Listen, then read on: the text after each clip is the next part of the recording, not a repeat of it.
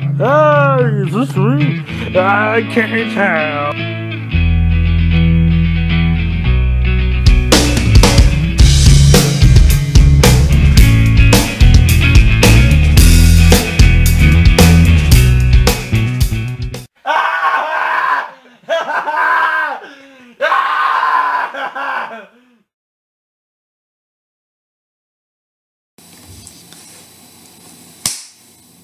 Hey, that was weird.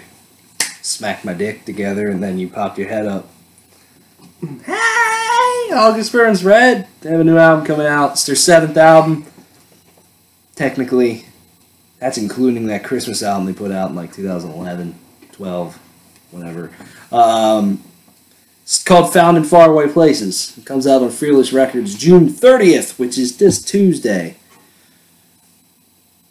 We listened to the stream. We jammed the fuck out of it. Hardcore. We're here to talk about it. What's your thoughts, homie? About this or about anything? Just give me, what's your thoughts on life right now? I don't know. The world's in a bad place, man. Life's beautiful. Well, if you let me finish,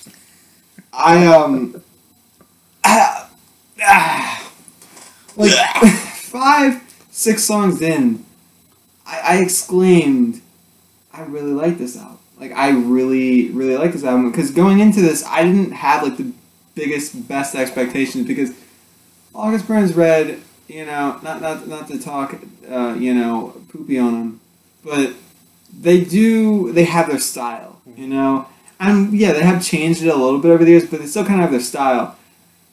And I guess this is, you get into a point in your life where you're like, how really am I into this band? Like I said, jam them, but it's like, are they gonna put something out that like blows me away?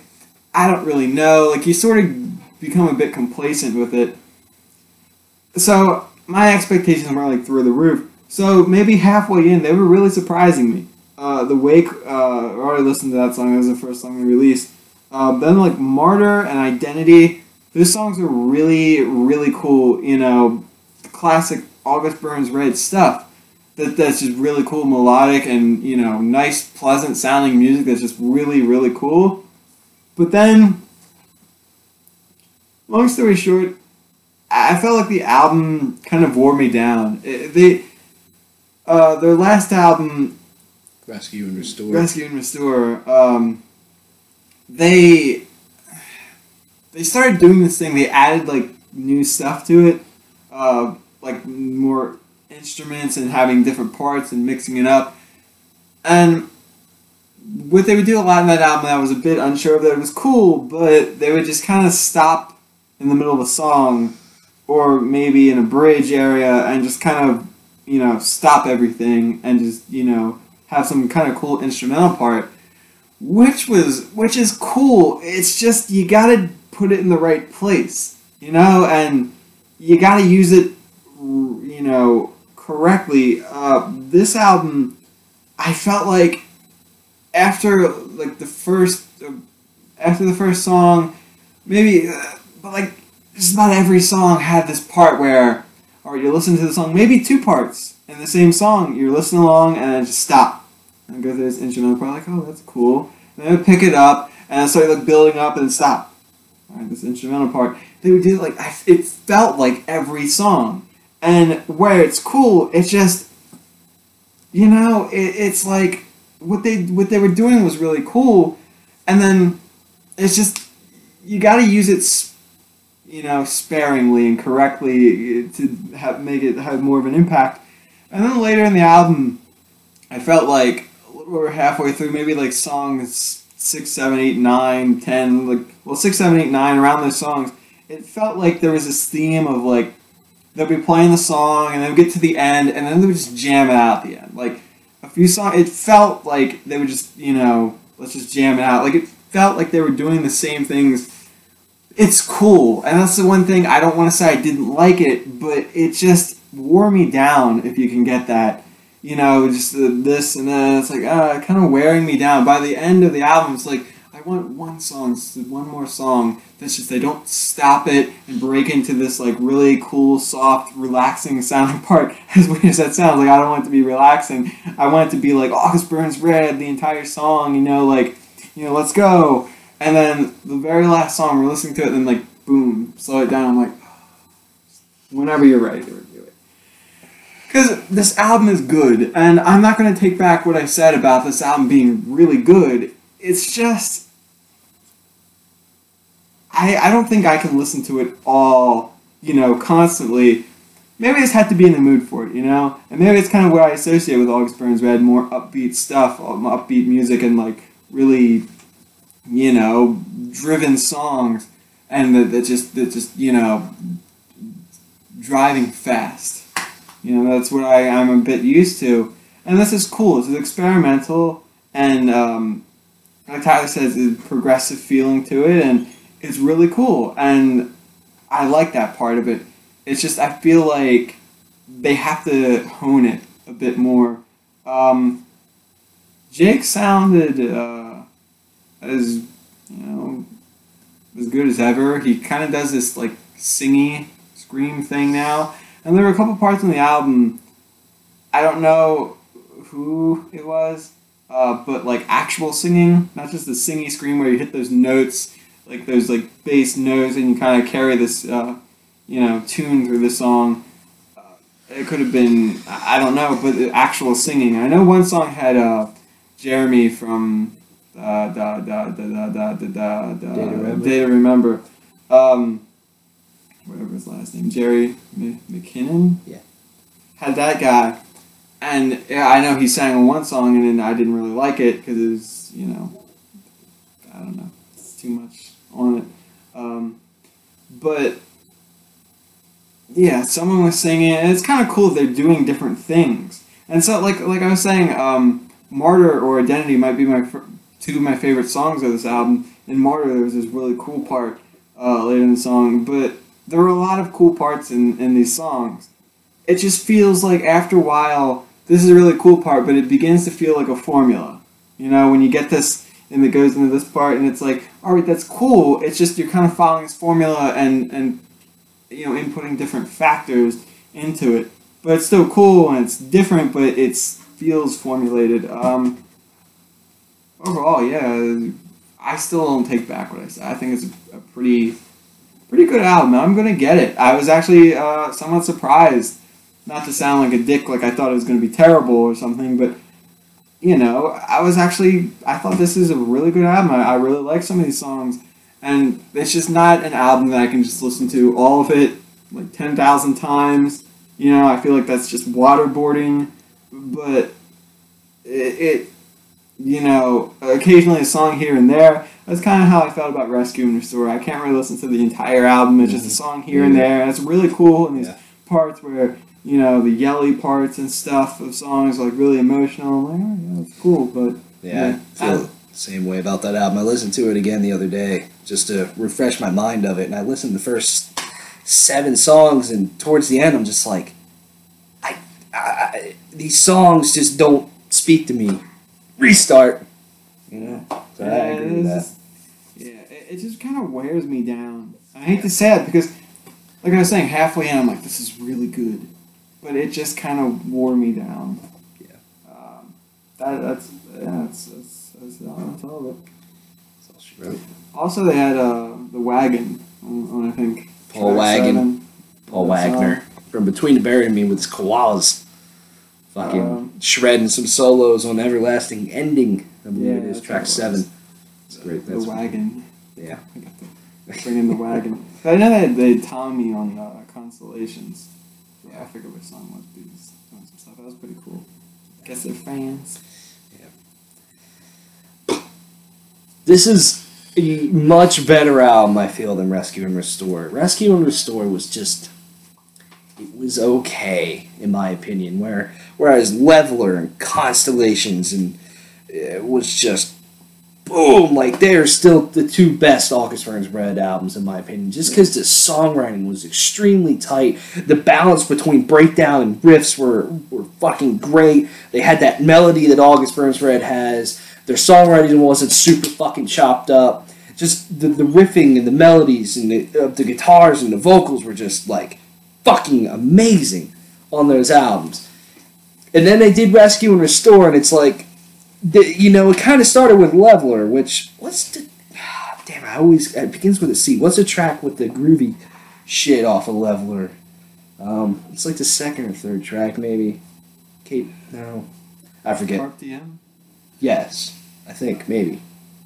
That kind of like slowy song where it's like the it's bassist and the Jake going back and forth like singing to each other. No, that's Carp Diem. No, it's the other one. It's kind of like reggae-ish.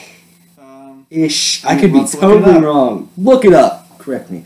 Anyways, it kind of started right there where I feel like August Burns Red felt like we are very talented musicians. We are very creative. Let's just do completely different stuff than everybody else.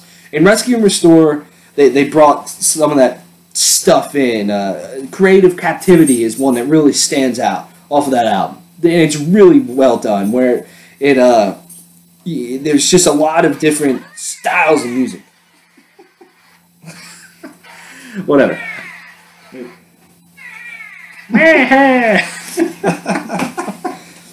Anyways, but it didn't feel as refined.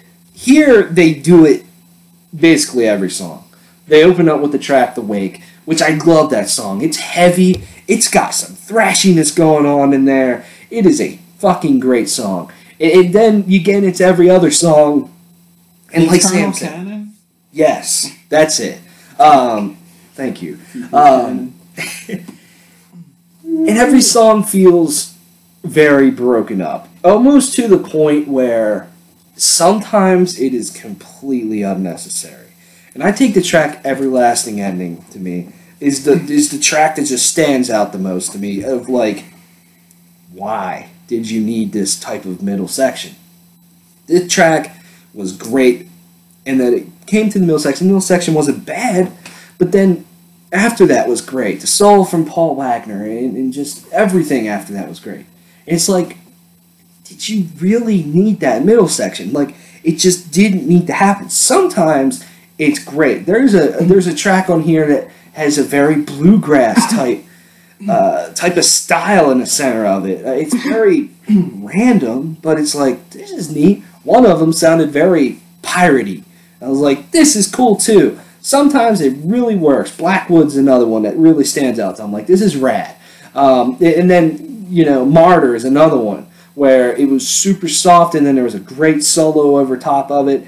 And I'm like, this is cool. But like Sam said, it wears you down song after song after song when it's just unnecessary, in my opinion. It's like, it's like they're trying to do it all within 4 to 5 minutes to make songs that are just, normal length songs. It's almost like they're afraid to write a 7, 8, 9 minute song to really expand on those ideas to where if you do that type of stuff, it doesn't feel super fucking chopped up. It's like, go one or the other.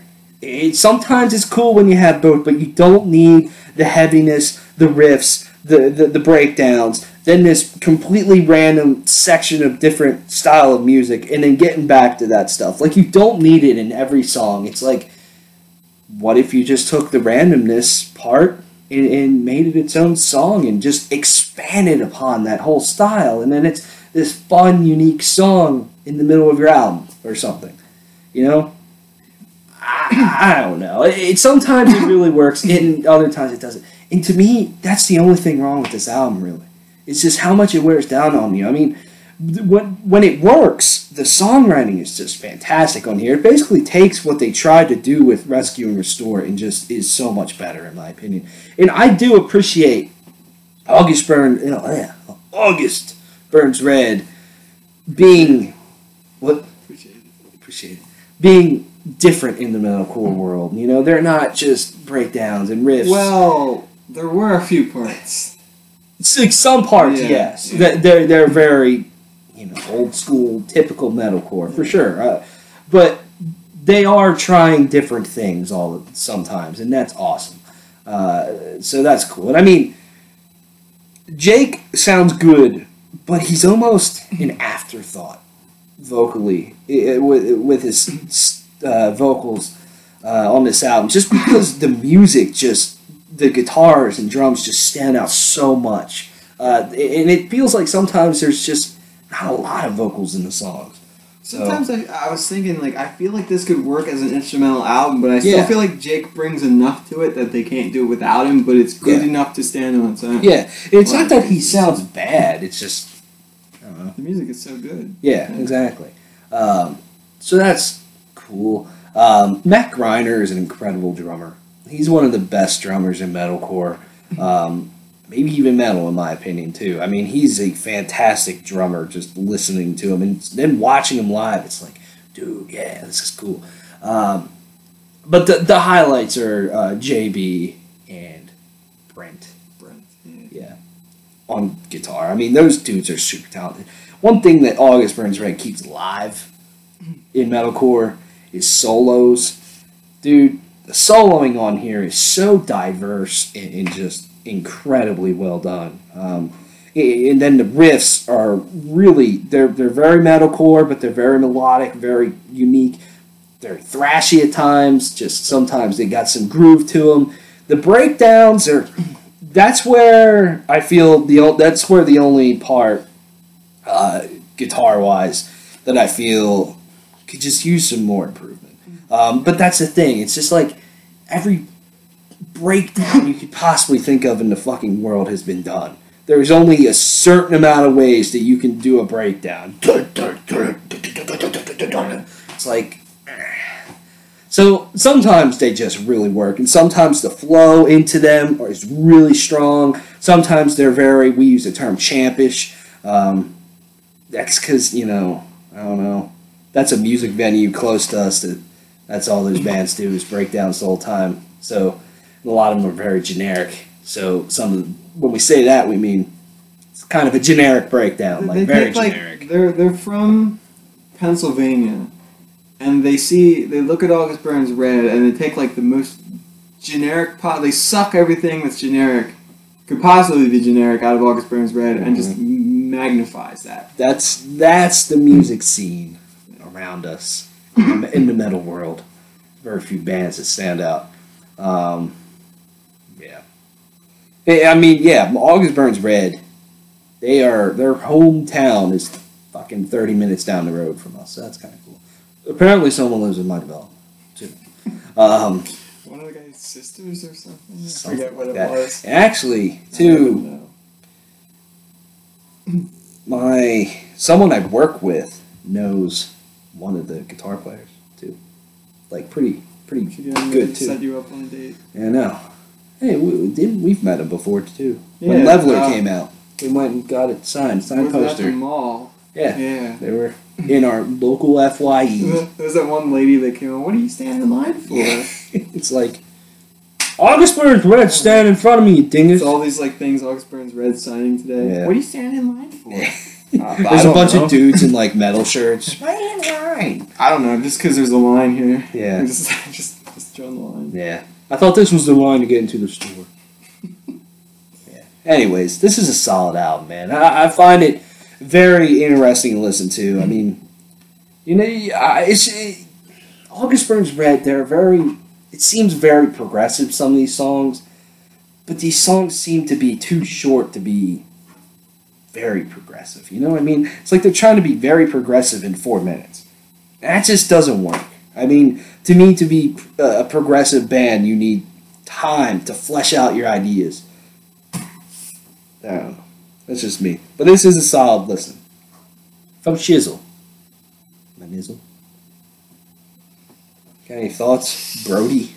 Broski! I think everything that was said was pretty much what should be said. I feel like there are a lot of strengths in this album, but the negative just seems to come back around to it kind of wears you down. I feel like if they more finally hone this, like you look at a band like Between the Buried and Me, they have these long ass songs with long albums that that carry on, but it's like they do all this different stuff and they change it up and they have slow parts and fast parts and these like wacky, groovy, weird, parts or whatever. They could throw in disco if they wanted to. Mm-hmm. And like it works because they kind of have it honed, and it's like it feels right going into this, and you're like, all right, yeah. It still kind of carries momentum, and even the slow parts, it kind of builds back up, and you're like, all right. Yeah. But with this, it still feels like 11 tracks. With Between the Buried and Me, it feels like one track. Yeah. Essentially, one, maybe two tracks. Which I feel August Burns Red could do that really well. Yeah. I mean, they show that they can do,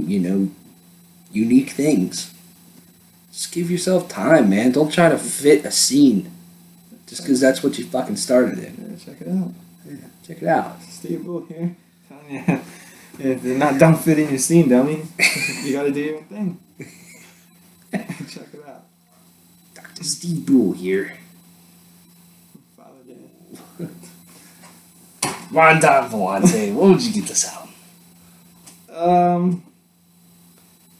I would give it an 8.5 out of 10. In time, I think maybe by the end of the year, listening to it more, it could come up to like a 9 easily. I mean, easily. I'm just giving it an 8.5 right now because I want to listen to it again and, go about my daily life and listen to this and stuff and give it the natural amount of time to let something sink in and be like, all right, that's, so check in about like 5 or 6 months and I'll tell you again if you remember. Mark your calendars. Mark your calendars for the day when Sam tells you his thoughts on this album again. I'd give this an 8.5 out of 10 as well. It's a solid album. You fucking asshole. I said that first. Well, yeah. I'm gonna go Christ. fucking fuck off. Get out of here. My arm looks huge. Look at my muscles. I don't have any muscles whatsoever in my entire body. It's just pudding. I don't like pudding. I'm gonna go cry. Good. Because no one feels the weight on my shoulders!